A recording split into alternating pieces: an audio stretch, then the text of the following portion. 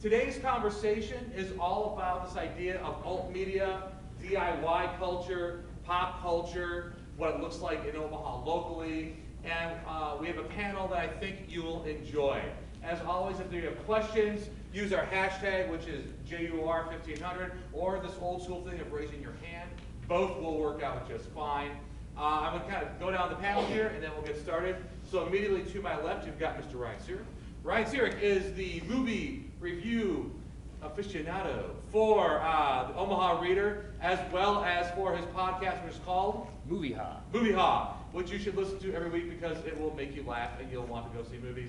And is it rated? Do you have like an age limit on it? Or? It gets a little more inappropriate every week.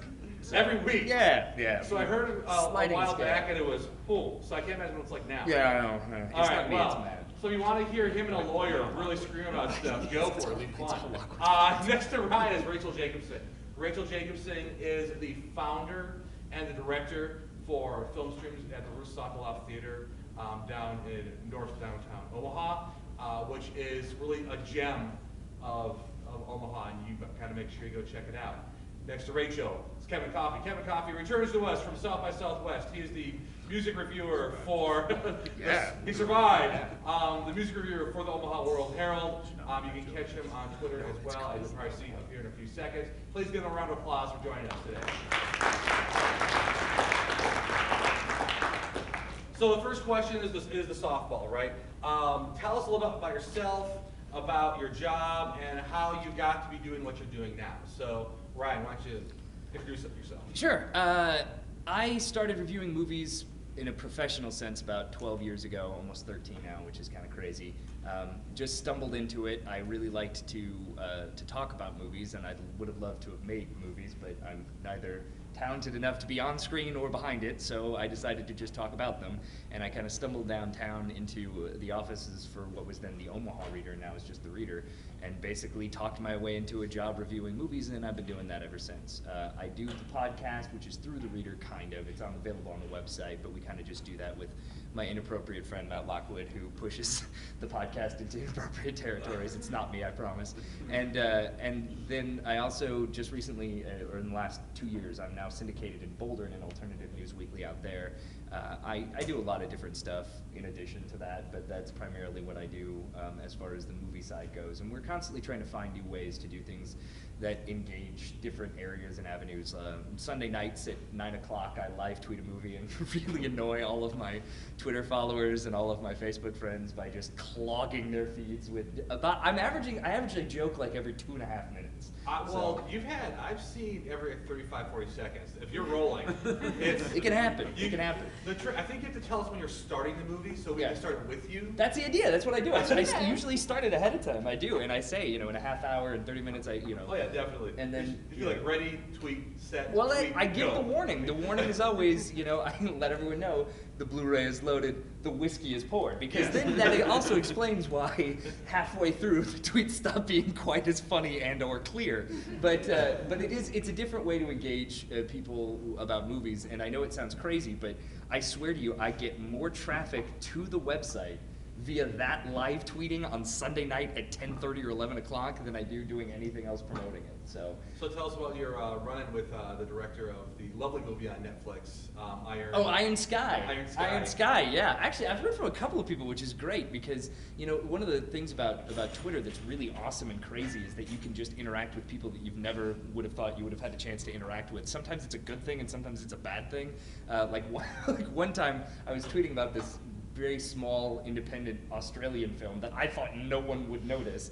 And the director was like, ow, that hurt. And I'm like, oh God, like I didn't mean it. And then Iron Sky, on the other hand, though, was pretty awesome because I thought it's a ridiculous movie. It's about space Nazis. So yeah, it's crazy. But I thought it was really funny. It was a great B movie, and so I was sort of tweeting about it, and the guy just hit me up and thanked me for it. And Britt Marling from Sound of My Voice and all that stuff, she really laughed at some of the stuff I said about that. So it's kind of fun, but really I don't do it to interact with those people. I do it to interact with people, that watch the movies more than make them. So, yeah.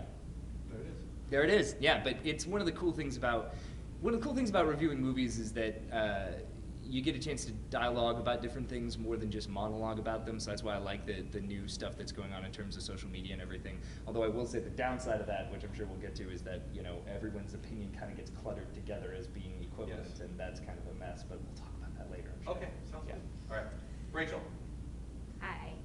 How many of you guys have been to film streams to the Roosevelt Theater? Quite a few of you. Cool. Okay, that's great. If you haven't, I hope you come down. So basically, it started in my head about 15 years ago. I'm dating myself. I was a senior in college at University of Illinois. I was an English and political science major, but I was taking film history and criticism classes, so I was getting really obsessed with film. But I also grew up in Omaha. I went to Central, and I always, wanted to come back here and live where my family lives and contribute to this community. So I kind of had this overnight epiphany, like Ryan. I didn't really feel like I was talented enough to write movies or make them, and didn't want to shop scripts around and play that Hollywood game. So I had studied abroad in Edinburgh for a semester, and I lived a block away from a Cinematheque, and they're all over Europe. They're like museums for film, or they're basically movie theaters that are about showing, classics and showing important films, and they're more well curated, and they're about basing the decisions on good film rather than box office like the multiplex does. So I had this idea that I'd start a Cinematheque in Omaha. So having no work experience whatsoever, I first moved out to New York City, and I worked for a few different media and arts organizations out there.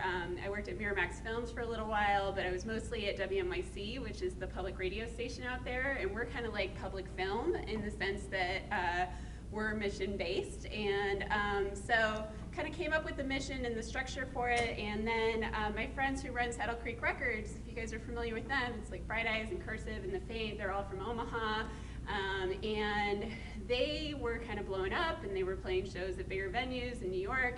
And one night I met Rob Nansel, and he's the head of Saddle Creek, and he was looking for space for his concert venue. I told him about this vision for the movie theater, and he was like, "You're gonna be the one who's gonna move home and do that. We need that."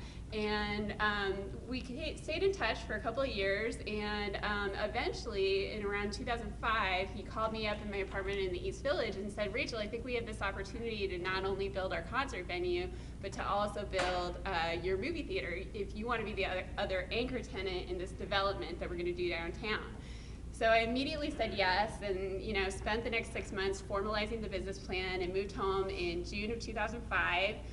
Spent 2 years developing the board and raising the money, and then in 2007 we opened along with Slowdown. About a month after Slowdown opened, July of 2007, we opened the 2-screen Ruth Sokoloff Theater.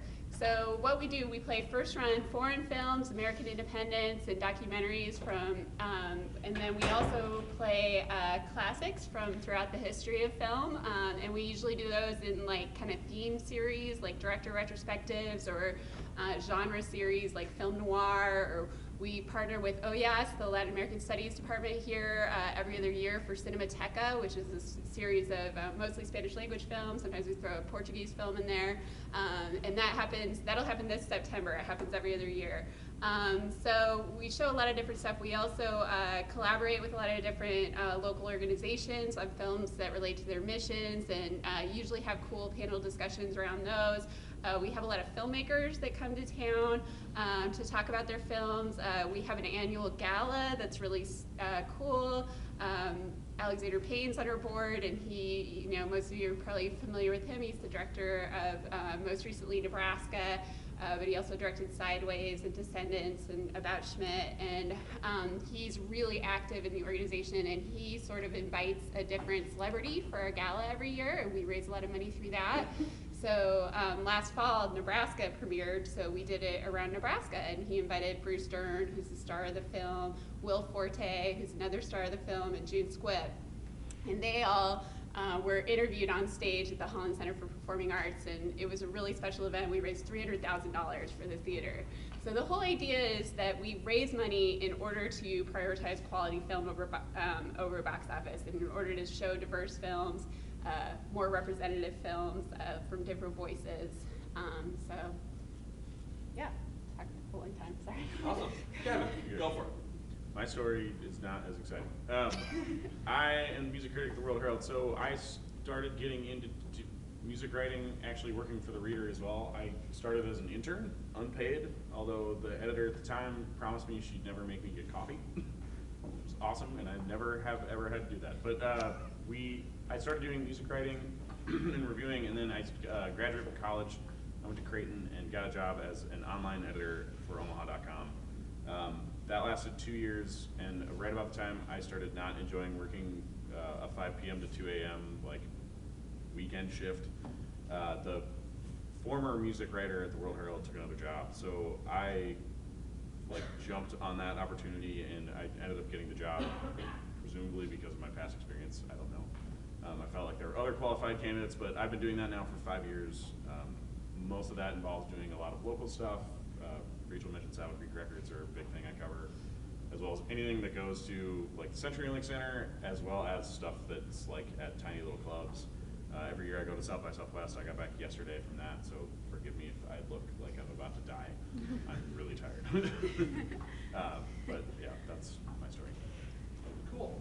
So before I get rolling here, any questions that y'all have immediately that I can answer, that are not answer from them? Why would I answer? So give it to them. All right. Well, then my first one is this. So I am curious about your ideas and how media has changed thanks to like the interwebs. And what I'm talking about is, you know, DIY. It's much easier for bands to get music out, much easier for movies to get out, much easier for television. And TV's changed dramatically. I mean, not just content, but our watching experience. So across all those different channels, what are your thoughts on how we've changed, or the media industry has changed, and just going on from there and take it as you want to? So. Well, I think that accessibility is obviously the first thing you're talking about, you know, and that's a big one. This idea that there are movies in the dark times before film streams came to Omaha, there were entire movies that you just would never be able to see ever in any way here. I mean, and I don't mean DVD, I mean nothing. You just couldn't see them. And so the fact that now they have these different on-demand services, the fact that they now have, you know, ways to distribute movies that are unconventional, then that means that we have greater access to them. And you know, when it comes down to how you watch them, though, that's the interesting thing, because I know you're going to agree with me on this, that the theater experience is still something you can't really replicate in your home. And I know that more and more people in theaters are, in my opinion, going the wrong way with it and trying to make the theaters more like your home with couches and food. And I just want to watch a movie in a theater with people watching a movie, because that's the experience that you're supposed to have together, of an audience collectively watching something and enjoying it together. Comedies are funnier, horror movies are scarier, you know, I mean, it's part of that. But I also will say that the other side of what media has changed is the social media aspect of it is changing everything about movie watching and movie experiences, from theaters that are now offering opportunities to text and tweet inside of them, which is madness to me, to, what's that? No thank you. Yeah, right? No, but to also, you know, have a chance to respond, like we were just talking about, you know, to have a greater conversation with more people about the media that you are consuming, and also to engage every once in a while, if you're lucky, with directors like the guy from Iron Sky. But, you know, the biggest thing is this idea of, you know, open dissemination of availability and of opinion. And, you know, and again, I'm sure we'll talk more about the opinion side of things later. But yeah, I mean, to me, that's the biggest change recently. Well, one thing, and actually, your professor talked about this in an article I wrote, but it's about the kind of communal viewing experience that is available with social media. So I talked to you about the Grammys, I believe was at the time. And so we talked about how you can watch the Grammys, and it's like watching it with all of your friends or all these people you don't know, because everyone's tweeting about it, talking about it, doing whatever. So you can make jokes or say, oh my God, that was cool, instead of like sitting at home in your, you know, on your couch in your pajamas watching it by yourself. You're doing that, but you're also watching it with like countless people at the same time, which can make it cool. But yeah, there's also I don't know, you said before, everyone has an opinion, which everyone does have an opinion, and everyone's opinion is valid, at least to themselves. Yeah, I mean, and I think that's the difference, is that we've lost sight of what what opinions count more. And I Yeah. know that it sounds offensive to some people that, you know, that some opinions should count more, but they do and they should. And the reason why is because, you know, when I want to know what's a good band to listen to, yes, I have my own personal preference, but I'm gonna ask somebody who's seen a lot more bands than I have, you know, and who knows a lot more about it than I do. And somehow we've lost sight of this especially, it's really bad in music and movies. I mean, it's really bad. More so, I think, even than movies, because I swear everyone in the world fashions themselves into, you know, bloggers, film critics, and it's just, you know, it's a mess. I mean, the fact that you have to go to so many movies makes you better able to understand what movies are good and which ones aren't. It also, the fact that you have to answer to an editor, the fact that you have to answer to readers, the fact that you have to, I mean, like, all those things make your opinion. I mean, I have to concern myself less with just saying whatever I want to and making sure that my argument about a film gets out there in a way that readers can understand, in a way that the paper can print, in a way that, you know, those sorts of things, so.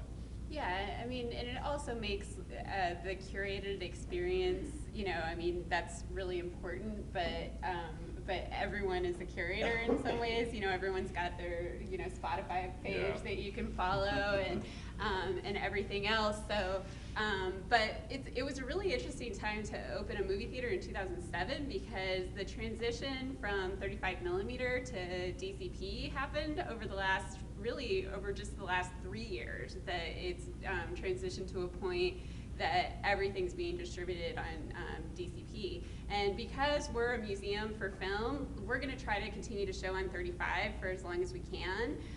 But that means that we have reel-to-reel projection in both theaters. So if you guys want to tour, if you're interested in this theater, you want to check out the booth.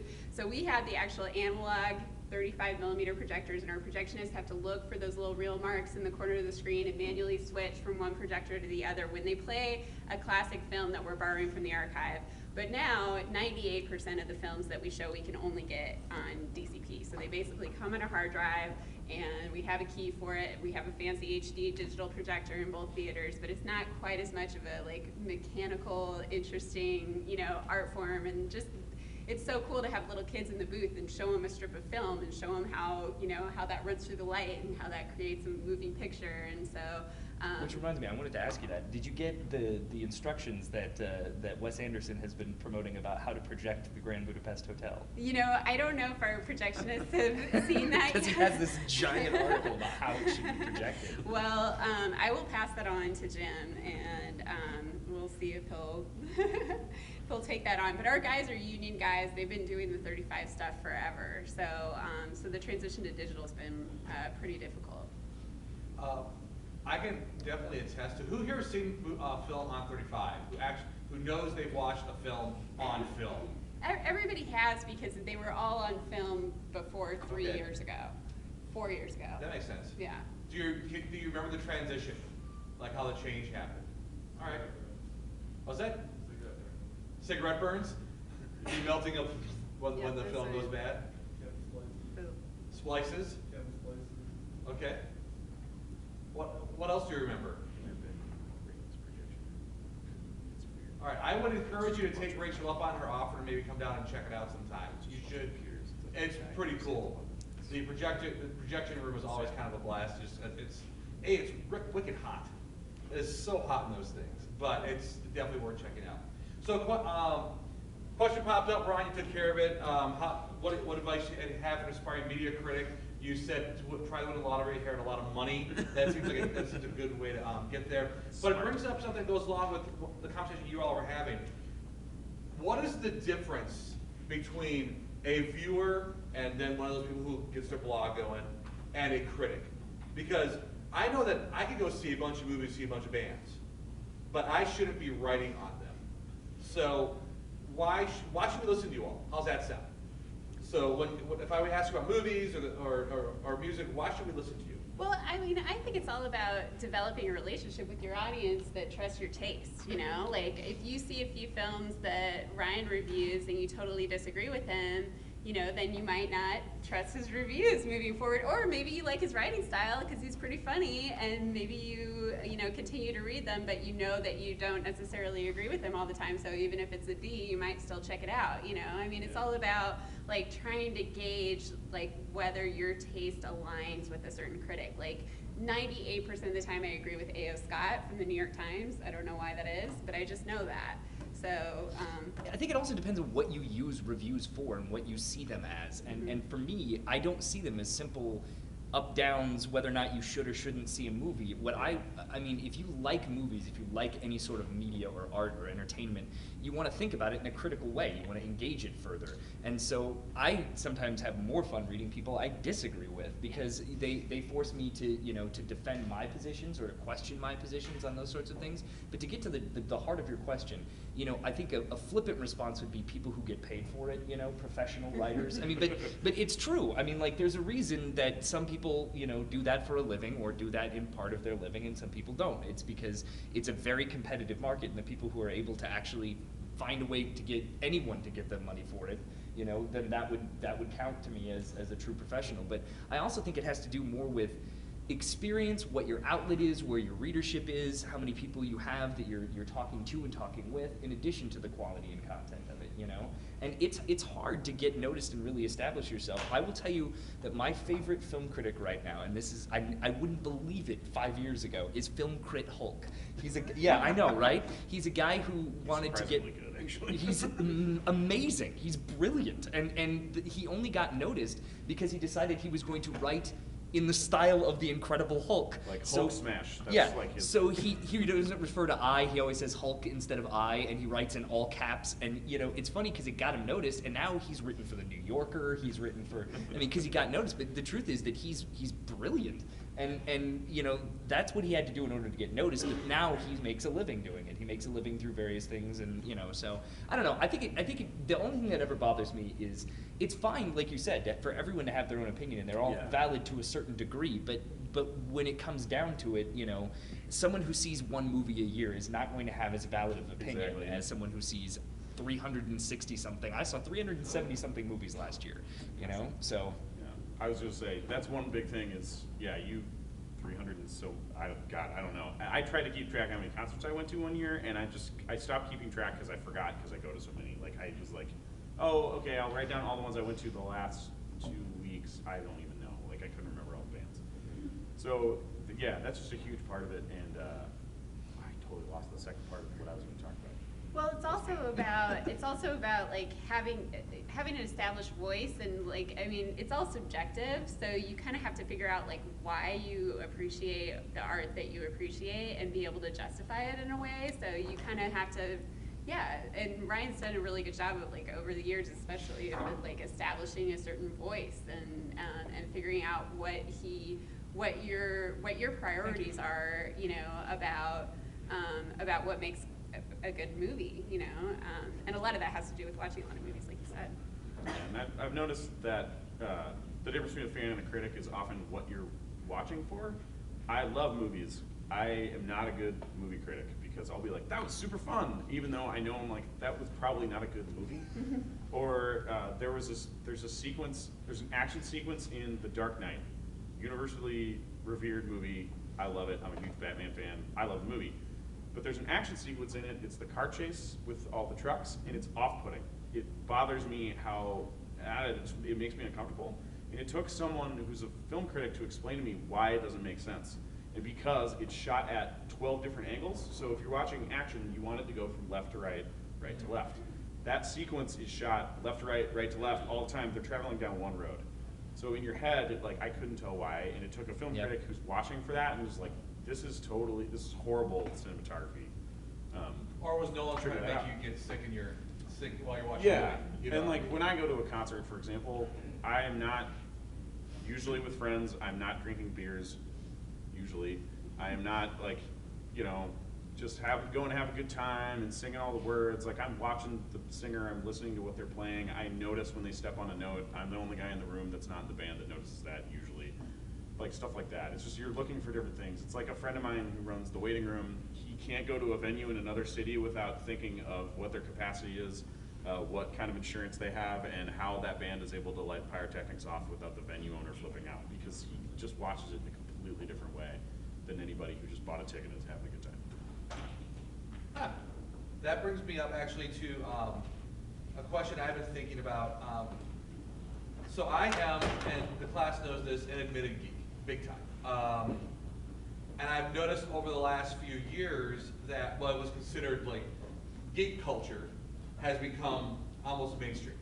So whether it be the Doctor Who case that Ryan has in the back of his phone, or it be the fact that you've got your Power Man and Iron Fist shirt going on, these kind of things are becoming commonplace and are becoming normalized. So across the different media types, I'm curious to know what your thoughts are on this. Is this a good thing, a bad thing? Is it changing things? What do you think? Well, I mean, I guess it depends on how much you pride yourself in doing something that's not respected. I mean, does that make sense? Sure. Like, I don't know why I've always been of the mindset that if I like something, I want lots of people to like the thing I like. And I've never been the type of person who wants to only have some people like the things I like. Anyone who likes that stuff, you know, you joke about the Doctor Who case, but you know, it's an invitation to some degree when you wear or carry something that comes from a certain fandom or movie or comic or whatever it is, and you're basically telling other people, if you agree, if you like this, tell me, talk to me about it. Right. You know, it's like an invitation. And so I don't know. I think that the term, you know, nerd or geek culture and stuff like that used to refer to, you know, to people who were somehow segregated for the interests that they had. They were, you know, they were quote unquote outcasts for some regards. And so I guess to me, it's only a good thing that more people are enjoying things that used to be only enjoyed by a few. But, you know, I mean, that might just be me. I don't know. I've never wanted to be elitist with that stuff. It's just, you know, yeah. I feel the same way. I've like shaped the whole organization around that. Basically, it's like, here's a bunch of like really obscure films that you haven't heard of. Please come see them and enjoy them. And I know they won't make money, but we're gonna show them on the screen anyway. You're not upset when a whole bunch of people come out to your movies that are, you know, yeah. Not at all. I'm thrilled, especially when it's like, you know, the Romanian film we're showing right now, or you know, the Hitchcock Silence that we're doing right now, which are sweet because they have live musicians performing along, but. That feels really special to me. I mean, that's what's exciting is when we're playing, you know, we're opening Grand Budapest Hotel, the Wes Anderson on Friday exclusively, which is going to be awesome.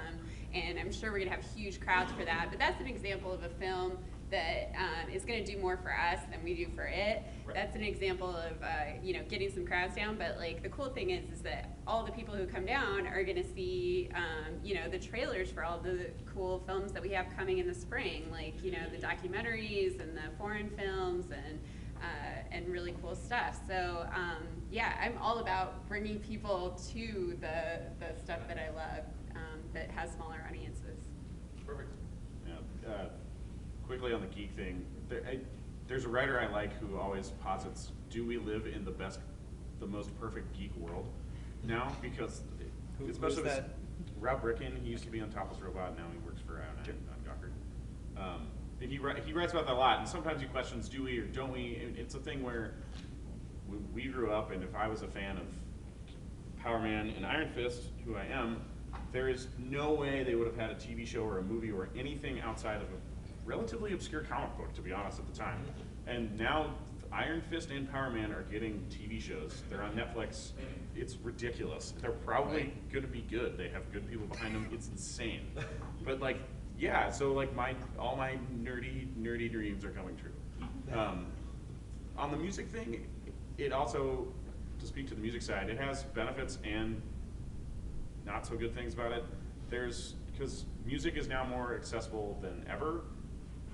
So I know a lot more people who have heard of some random indie rock band, and it surprises me when my mom starts asking me about, well, Aloe Blacc is not a great example because he's pretty popular right now, but my mom knows who Aloe Blacc is. That blows my mind.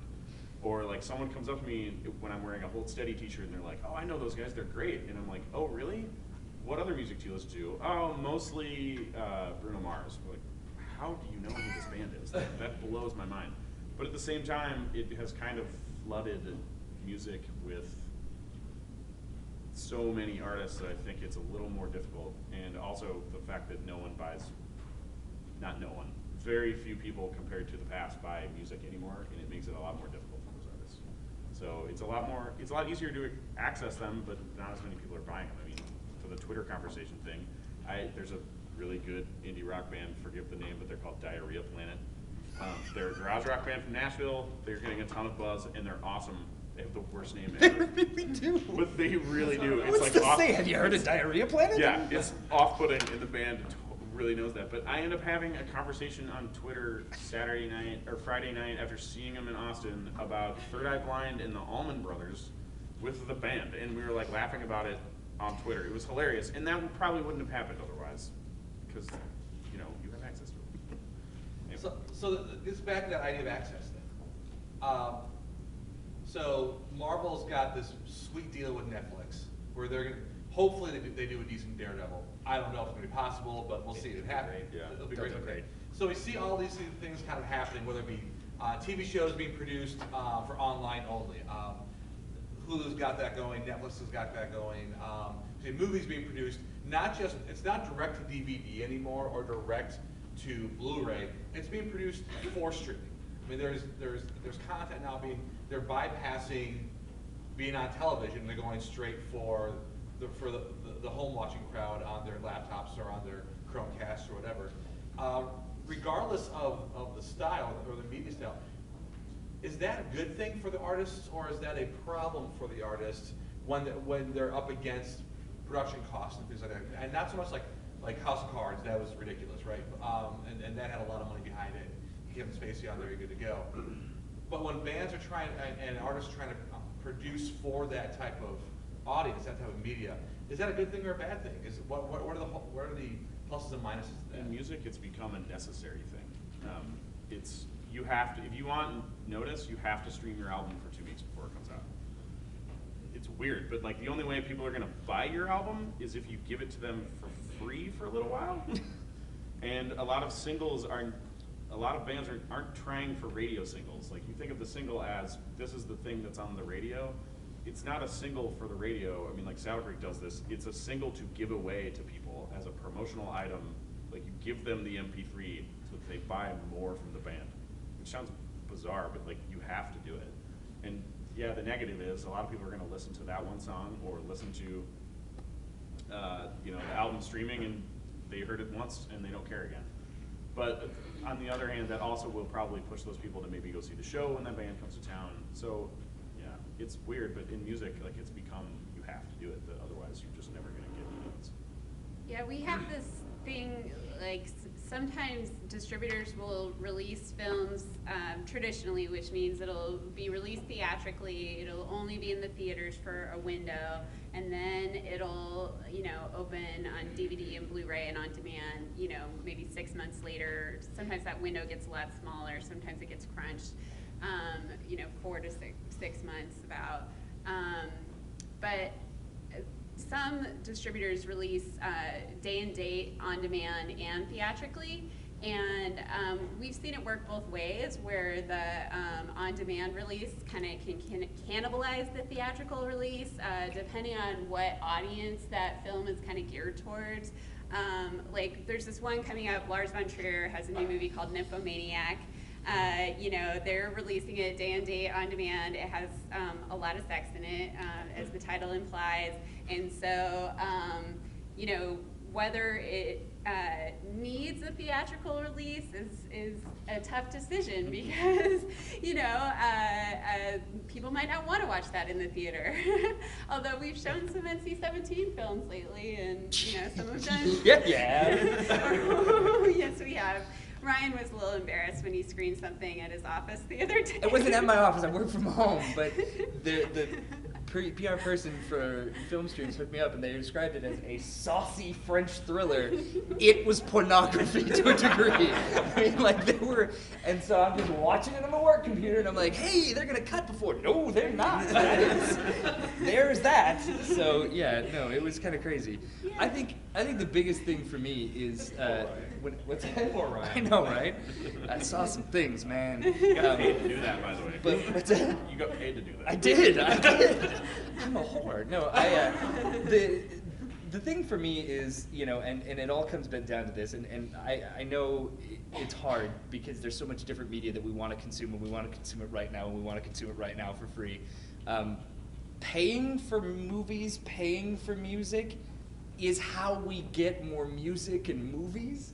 And if you think about it from that standpoint, the way I always choose to look at it is, instead of just seeing it as buying a ticket, right? I'm telling Rachel that I want her to bring more films like that to us. If I buy a band's album, I'm not buying it because I just want the album. I'm saying, here is some money for you to make more Keep music making that I music, can or a listen to. t-shirt in that Right? sense, T-shirts, whatever it is that I can do. And I know, especially when, you know, when you're young and it's money isn't readily available, it's tough to do. But, you know, I remember when I was in college, one of the promises I made to myself was, when I get older, none of this crap. If I want to hear a song, I'm going to buy the song. If I want to see a movie, I'm going to pay for the movie. You know, if I want to, you know, like, take, for example, you know, like something like HBO Go, right? You know, which I want to bring a point about that too. The HBO Go, everyone shares it right now. Everyone has, and my favorite is that the owner of HBO was like, yeah, it's fine, go ahead, share it, it's cool.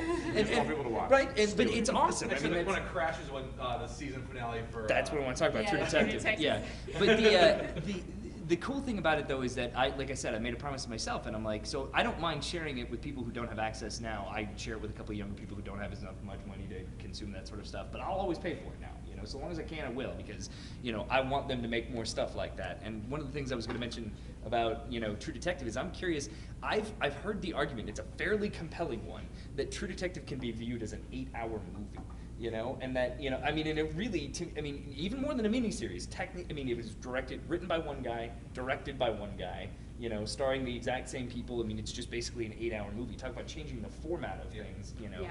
I'm a big fan of True Detective, but yeah, did you see it? Or? I watched it, yeah. You know, I have mixed feelings about it. Really? Yeah. That is shocking. Well, some of it's, like, forgive me, some of it's macho bullshit. And, like, Right, but that's what they call them out on, though. That's the whole point, is that they hold them up not as heroes, but they say, this is macho bullshit. Yeah. Yeah, they do a little bit, but yeah, but I also feel like, you know, watching it, you kind of get into that. I don't know, you're kind of buying into that.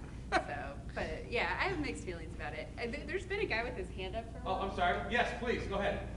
Kind of like reflecting with that whole nerd culture becoming popular culture thing. I was just wondering, I see a reflection now within the hardcore scene here in Omaha. It's like there's this weird element of the bands wanting more kids to be there, but then the people that are going to the show don't want these outside influences. Like, I remember a band called Trash Talk played, and it was sort of a secret show. And when I was told about it, I was told, don't tell anybody that doesn't need to be there. So I'm just wondering if there's I see sort of a backlash in the DIY culture where it's like, you know, some people want to share it with others, but then you have sort of the old guard, the old timers within the music scene. They don't want these kids there because they feel like they're diluting or making the scene worse off. Yeah. That's a great question. I'm glad you commented, Rachel. Whatever. I just don't understand that, I guess, but I see it more and more within not only, especially the music scene, but sometimes with that nerd culture. I think there's a big sense of ownership when that thing is yours, and when you bring other people into it, you start to lose ownership of it a little bit, and that's uncomfortable. And I totally understand that. I think that happens a lot in music. There's that desire to be popular without selling out, to be, you know, to have more people but not have the wrong people into it. I like hardcore. I like all kinds of stuff, and I look out of place a lot of times at like punk shows and other stuff like that. Or on the other end of the spectrum, like at a country show, I don't look like usually your average country fan. And some people don't like that. I think that's the wrong attitude to have. Like, you know, if you like it, why not share it with somebody else who also might like it, even if, you know, you don't know the guy or the person, or they like other stuff that is different than you do. I don't know. I think that's somewhat of a not great attitude, but I understand why people have it. I've had that too, where I'm like, oh, now everyone likes that band.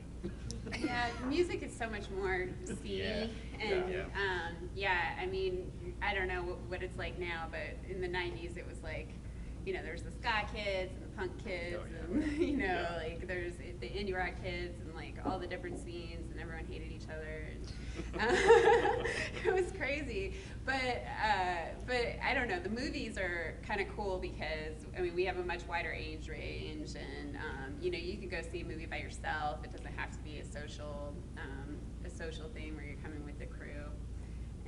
and you're not standing around talking to people, you know, so it's not about being seen and stuff like that, Yeah. like the music scene is. Although I will say Yeah. the cool thing about specifically your theaters, when there are some people who are are out of the demographic for the target movie, they'll go see everything that you show, Uh-huh. and those are always my favorite. When I'm like, all right, Grandma, Grandpa, Black Swan's about to happen. Yeah, So yeah. I mean, but it's great. They see everything I then, and they expose know. themselves to a whole bunch of different stuff. And it's great that they're seeing it. It's awesome, you know. Yeah.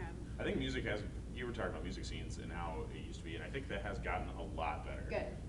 Which is really good. I think it's some of the more subcultures and subgenres, I think like hardcore, garage rock, and a lot of those have not followed as much into being a little more open, which I think a lot has to do a lot with those subcultures themselves. Like hardcore, a lot of it's about like, you know, being against a lot of other stuff, and you know, we're together and that sort of thing. And so, I don't know, not wanting to open it up as much is kind of part of it. And that's part of the art too. I mean, it's kind of like trying to, you know, be listening to something that your parents are gonna hate. Yeah. You know? And but genuinely being into it and seeing what's rich and beautiful about it. You Yeah. know, so and that's what bonds you with the people who like it. And so if you see someone there who you feel like doesn't have, you know, that refined aesthetic, Yeah. and you're, you know, judging it based on Refined what aesthetic they're for wearing. diarrhea plan. You don't Yeah, have exactly. the refined aesthetic for the diarrhea plan. So Yeah. then that brings me to a question that I'm always fascinated with. Tell me about what the scene is like in Omaha, you know, across the board, whether it be film, it be music, it be art. How do you, as people who are on kind of see it happening around you, how would you describe it? What do you see as being the scene here? If there is one. It's way more for you guys than it is for me. I pretty much go to 2 theaters. I go to Film Streams and I go to Exarban. You know, Exarban for the mainstream stuff and the big stuff, and Film Streams for everything else, and that's where I go. So I can tell you both of those theaters are awesome, and I highly recommend them. Both That's locally about what owned. I can tell you. And lots of different people around. Yeah. Yeah. Well, what about something like Omaha Film Week or Omaha, Oh, yeah. Omaha Film Festival? Yeah, it's great.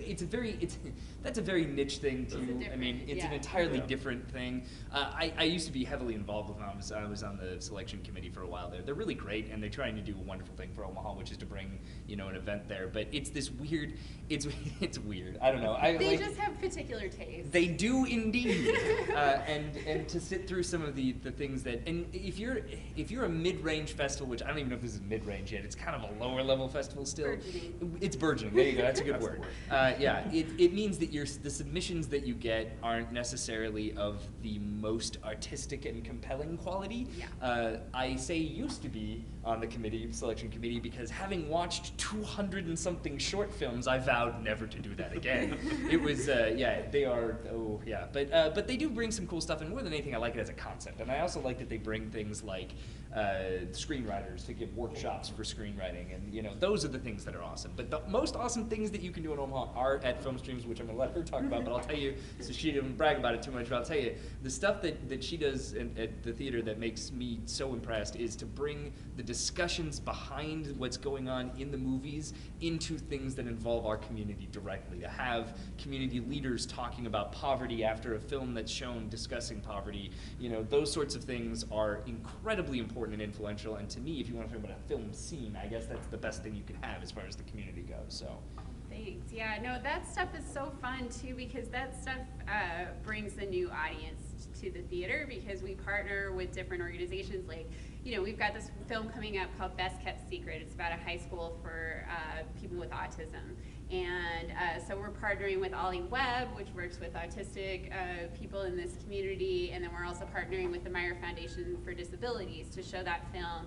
And those will all have the same experience together, and then we'll have a conversation afterwards, and we'll hear about what's going on locally and what people are doing locally for those things. So we do 3 or 4 of those as one-time screenings every quarter. We've got one in partnership with the unions, with the local unions this spring. There's this movie from 1987 called Maidawan, It's an amazing film. Bonnie Prince Billy is in it. Will Oldham, he was 15 years old, and he's amazing in it. And yeah, you should come see it. And so we're going to talk about, you know, the state of unions in Omaha and what's going on here. So the coolest thing is that it brings a new audience down to the theater, because it brings people who are affiliated with the unions, who don't necessarily consider themselves to be art film fans, and they walk in there and they see a trailer for Tim's Vermeer, and maybe they're riveted and they want to come check it out. So, so that part of the program, and that wasn't something that was part of the initial vision. That was kind of dictated by Omaha, because people are such huge collaborators here, and so many people came to me saying, I want to show this film, it relates to our mission, can we have a discussion after? And so that part is really fun. The music scene in Omaha is really great. It's kind of, we talk about Saddle Creek Records a bunch, that it's really cool that we have a label like that here. Everyone talks about like Lawrence, Kansas being an awesome place, or Chicago being an awesome music label, or awesome music town, and like those places are, but like we have Saddle Creek Records in our backyard. It's awesome. They have Slowdown, which is an awesome venue.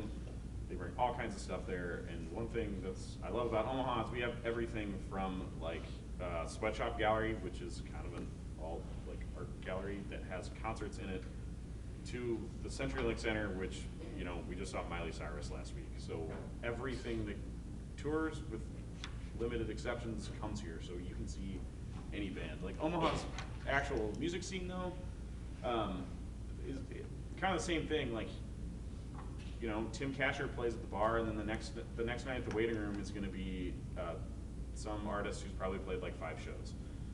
And everyone knows each other most of the time, everyone works together. It's kind of a wide-ranging thing. We have rock bands and folk groups and all kinds of stuff. The scope of it is so wide, I'm like struggling to come up with the words to even describe how good it is. It's getting better all the time. New venues are opening up that serve genres that aren't indie rock. And the waiting room and Slowdown, that's their niche thing for the most part.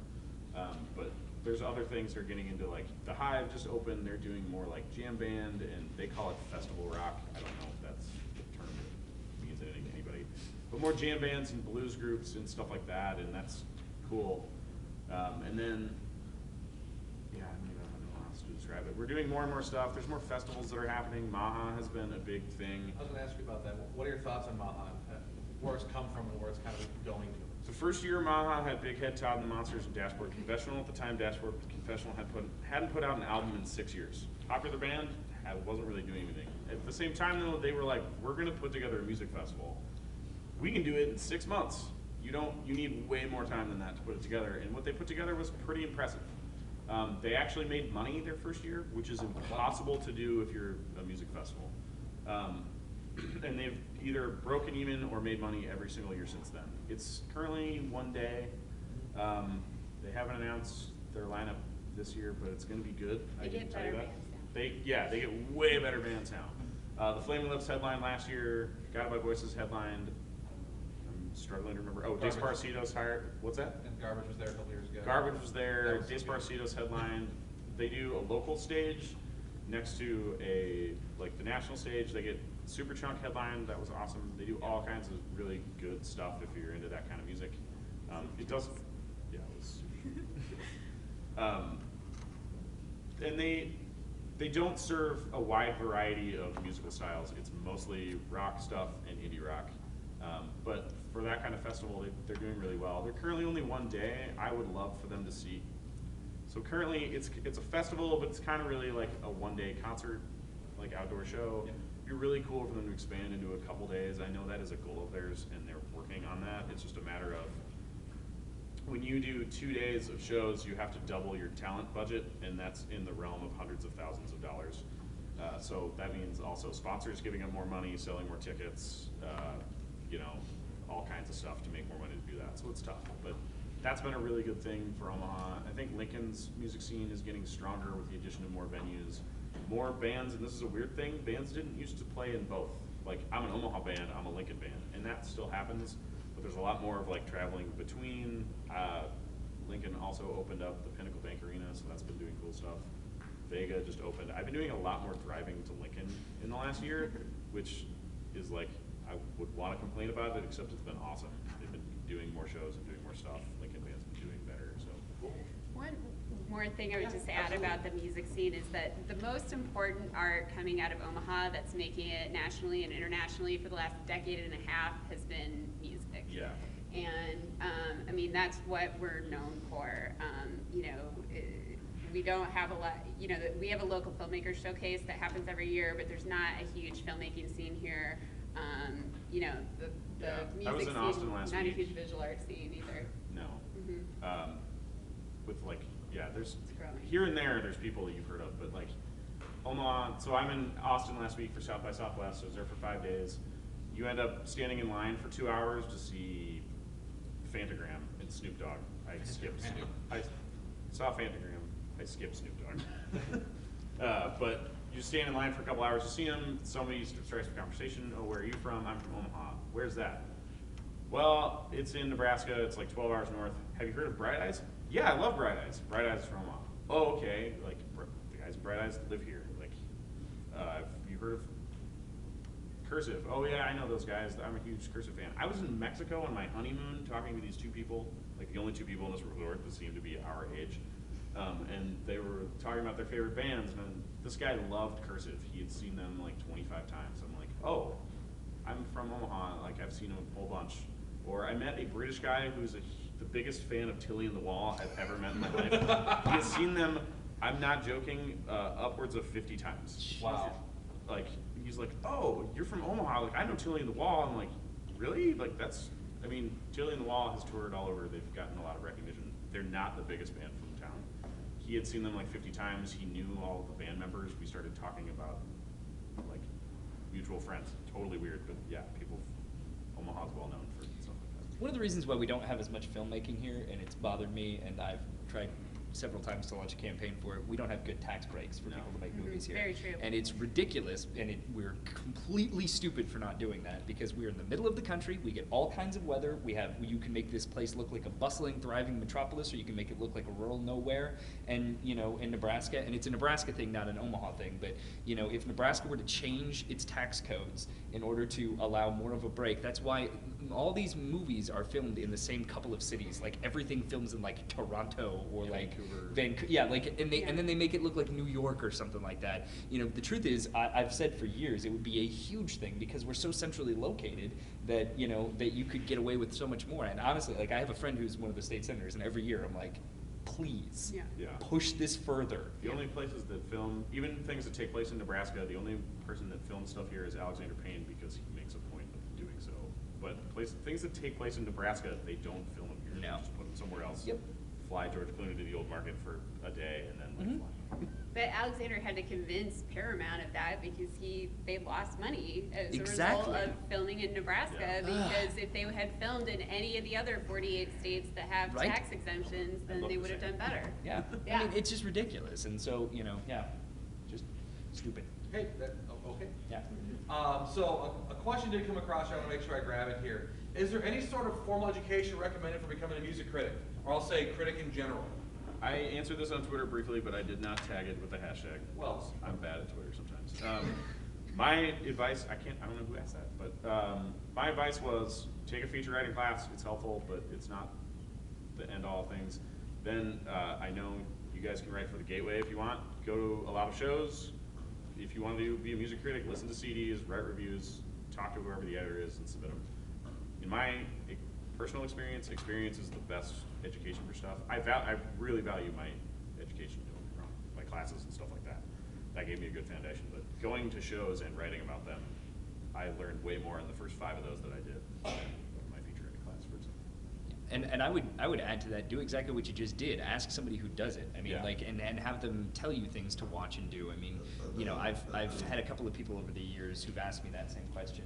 I didn't respond quite as flippantly as Win the Lottery. I actually did, kind of walking through some of the stuff, you know, because there is sort of a primer of things you need to watch and see and experience Yeah. and learn in order to be able to talk about it, just so you're speaking the same language, you know? Yeah. Yeah. I mean, that's a big thing, you know? I mean, you can't... Find another reviewer and read all of his stuff. Yes, and that is absolutely incredibly important. I still, to this day, I still read so many more critics because they're amazing, and you Yeah. know, and I wish I could have some of the insights that they did, you know. I Yeah. mean, and so yeah, you get better. I agree with you entirely. You get better through experience and by listening to people who've done it before and done it well, and that's what you Yeah. do. Yeah. If you want to write, if you want to get a chance, kind of see how a review is written, find a review that you really, really like, watch a movie, go to a show, do whatever it is that you're trying to do, and then don't steal the person's story, but ape their reviewing style. If they start off by talking about one thing, find whatever it is similar to that in whatever you just watched or saw or listened to, and write about the same thing, because that starts getting you into the perspective, like you said, of what they're looking for or what they're talking about, like speaking the same language. Because some of the best reviewers will bring up something that is really important that you didn't even think about while you were experiencing. That's the same hardest thing. media. I mean, I honestly, one of the reasons why I read a lot of the reviews I do is so that I don't talk about the same things that everyone else is talking about. You know, I mean, we don't need a 10th review that points out that something is the way it is. We need somebody who comes in and says the one thing nobody really noticed about a movie or about, you know, something. So, yeah. Josh has a question here. What do y'all think about how video games are becoming a form of art? Or do you think they are a form of art? I wish Charlie was here. I wish you could have made Yeah, it. Charlie. This is. I kind of feel like I can answer now because he's not Yeah. here. I can be more truthful. I can Go. argue the opposite side. All right, I don't believe they're art. I believe that they have art elements, but I do not believe that they are art. And part of the reason why is simply in the title, video game. And you know, the more that you have malleability built into it, the more that your purpose is not simply to make an artistic vision, but to engage them in a different format, to have them playing, if you will. I think that there's certainly some games who've come very close, and I'm not in any way dismissing the fact that they're beautiful to look at, that they tell a compelling story in their own way. They're just not the same. I mean, to me, they just don't quite count. It'd be like, I guess to me, it'd be like saying, the most amazing board game is still not art in a truest sense to me, you know? I'm just not one of the people who subscribes to the idea that anything can be art. I think it's a specific thing to me, you know? And I'll take it one step further, and that is to say, I don't know whose artistic vision it would be. This is a studio made up of, what, thousands of people, and, you know, the game story is parsed through I don't know how many different people in order to make it functional and those sorts of things, so, I don't know. I mean, So is Shrek art? is Shrek art? Yeah, I think Shrek is art. But that's the same thing. It's the like same a thing in whole terms of, studio. well, it's the same thing in terms of just the animation side of it, bringing it to life. But you still have actors who are, you know, who are responsible for doing written dialogue, and it's not, you know, it's not malleable. And there's one story. I mean, that's really it. You know, to me, it comes down to the story, the director, the vision. You know, I can still point out and tell you whose vision Shrek was. You know, I cannot tell you whose vision EA's Need for Speed was. Well, I think that touches on something that I review video games occasionally because I like to play games, and we don't have anybody else that does it. So I think some games are more art than others. Yeah. Because Need for Speed, you're racing cars. Who cares? I mean, that's fun. Love it. And a lot of games are artistic, but you know, you get into ones that are much more art than other things that are there to tell a story, not. There are game elements to them, but it's to tell a certain story, not to play a game, if that makes sense. It's more like, and those games are more like immersive art than, you know, playing a video game, because as, you know, they're less malleable, like that. And as you get down into like more independent games, then they become much more. Now that I will artistic. agree with. I will completely There's agree with you on There's a that video point. game that I love. It's several years old now. If you like games and you've never played it, play Braid. You ever played this game? Mhm. It's freaking awesome. Yeah. That game is gorgeous. It has a very, very awesome design. It is a platforming game. Platforming is Mario, where you jump from one platform to another, and it is, the entire thing is a comment. Is like a comment on platforming games and video games, as well as it's, once you get to the end of the game, there's not like a twist exactly, but it is pretty trippy. Yeah. There was a documentary. story. I don't remember. It was an indie game. Was that the name of the documentary? And that one did blow my mind. And Yeah. and you know, because I walked in saying, at that point I was like, no games are art. And then I saw that movie and I'm like, those games are art. I mean, Yeah. like they are, because they're, but the purpose is different. Usually it's Yeah. a one-to-one thing. It's one artist who wants to create this thing to express this one position, you know, or to express their views on something, or to tell this one story. And so it feels a lot more immediate. It feels more like, you know, Yeah. like you were saying, like interactive art, like something like And performance I think art or something like there are that, some you games know? that are like, I'm thinking of like a Silent Hill, the original Silent Hill. I don't know about, there's been like 12 of them since. Or Heavy Rain, which is a game I didn't really play, but kind of has this thing where you're a singular person going through one experience, and while, yes, like part of it you have to shoot this monster or do this thing or maybe solve a puzzle to move to the next area, but I mean, it feels like a 20-hour movie that you are experiencing. I mean, some video games get you more invested in a character than any film will, because you become that person and have those experiences. So we got a couple minutes left. In my- I've got one thing in my head I want to throw out here. We'll go see what they have to say. But any questions from the floor? I want to make sure we grab them if there are. All right. So, 3 words: The Walking Dead. Oh. Yeah. Yeah. I don't want to spoil I'm curious to anything. know on your reactions to it. I mean, the zombie thing's been around for a long time. Yeah, It yeah. got rebirthed 20 days Yeah. later a little bit. Yeah. But it moved from graphic novel, Mhm. and it's still in book form. It is. Yes. And it's in obviously television form. The storylines have completely Yeah. done this now. Which So is one reason why I don't watch the show. Which I was asking you about that. What are your thoughts on it, cinematography-wise, as a cultural artifact-wise, the geek thing, all of that? It's an awesome show. I mean, like, I think it gets unfairly maligned sometimes by a lot of critics. It's actually pretty unique. If you would have gone back in time 6 years ago and told me that there was going to be that the most popular television show in the 18 to 34 demographic is going to be a show about zombies on television, I wouldn't believe you. You know, I mean, it's insane. And so, from that standpoint, I think we give it too hard of a time for you know, from a critical standpoint. But from the other standpoint, I'll tell you, it ebbs and flows. I'm not going to spoil anything about what happened last night, but last night was an episode of a show that I will tell you, I never thought I'd see something quite like that on any form of art, let alone, you know, movies or TV. You know, but the line between TVs and the big discussion that everyone gets into these days is TV the new movie? That's like the question that I hear over and over again. And the answer is no, because movies are still the movies, you know, and TV is still the TV, you know. But I will say that you can look at, like I was saying with True Detective, I mean, it can get close and it's interesting, but, you know, movies are still movies and TV is still TV.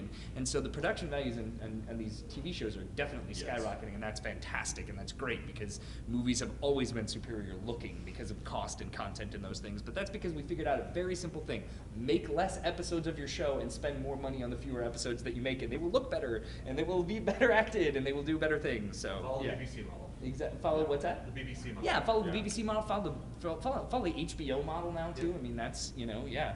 Well, it's the same as the video game thing. It's like some TV shows are more art than others. And you others know? are still like sitcoms with laugh tracks. And Mhm. Yeah. Like you talk about the graphic novel. I don't like the TV show very much, but it's because I've read up to about 75% of what's been published in the graphic novel. I love it. I long told people that if you like zombie movies, read The Walking Dead. It is the best zombie movie ever.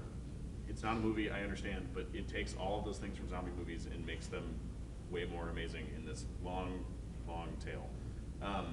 The TV show is so different from the comic, I can't watch it. And it's not that it's a bad show. It's so off-putting to me that I don't even care that the story is different. I'm not one of those people like, it should be the same. It's just, I expect a certain thing to happen and then it doesn't happen. It's like confusing to me. It bothers me when I watch it. I read them both. I read it and I watch it. Yeah, It doesn't and bother me at all.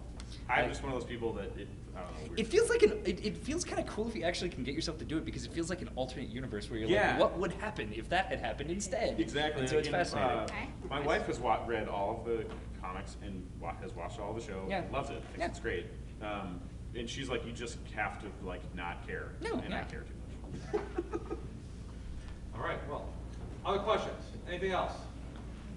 Final thoughts from the 3 of you before I cut them loose and cut you loose. I just want to say the first Monday of every month is Yeah. always free for full-time students, so you can get into whatever we're showing for free. The next first Monday is, I believe, it's April 6th or 7th or Yep, something like yep, that. yep. And we're going to be showing Grand Budapest Hotel, and we're also going to be showing this awesome movie called Tim's Premiere. So if you haven't been down yet, that's the time to come down. And this coming Tuesday, there's an actress who's from Omaha. Her name's Yolanda Ross. She was nominated for an Independent Spirit Award for this film called Go For Sisters. So we're showing that, and Yolanda's going to be here for a Q&A. That's going to be super sweet. We also have these silent films with live musicians going every Thursday right now. They're amazing. Yeah, that's really cool. Right, any final thoughts? No, I just, read a lot of stuff about movies and music. I just keep doing that, yeah. I think that's my final thought. Read it, experience it. Yeah. And if anybody had a question they didn't get answered, feel free to tweet me or Yeah. send me an email. My email is publicly available. It is not difficult to find. Same with me. Ryan talked about talking to people who wanted to do it. If you want to have a conversation or get coffee or do whatever, I'm totally open. Go. Give them a hand. Thanks for attending today.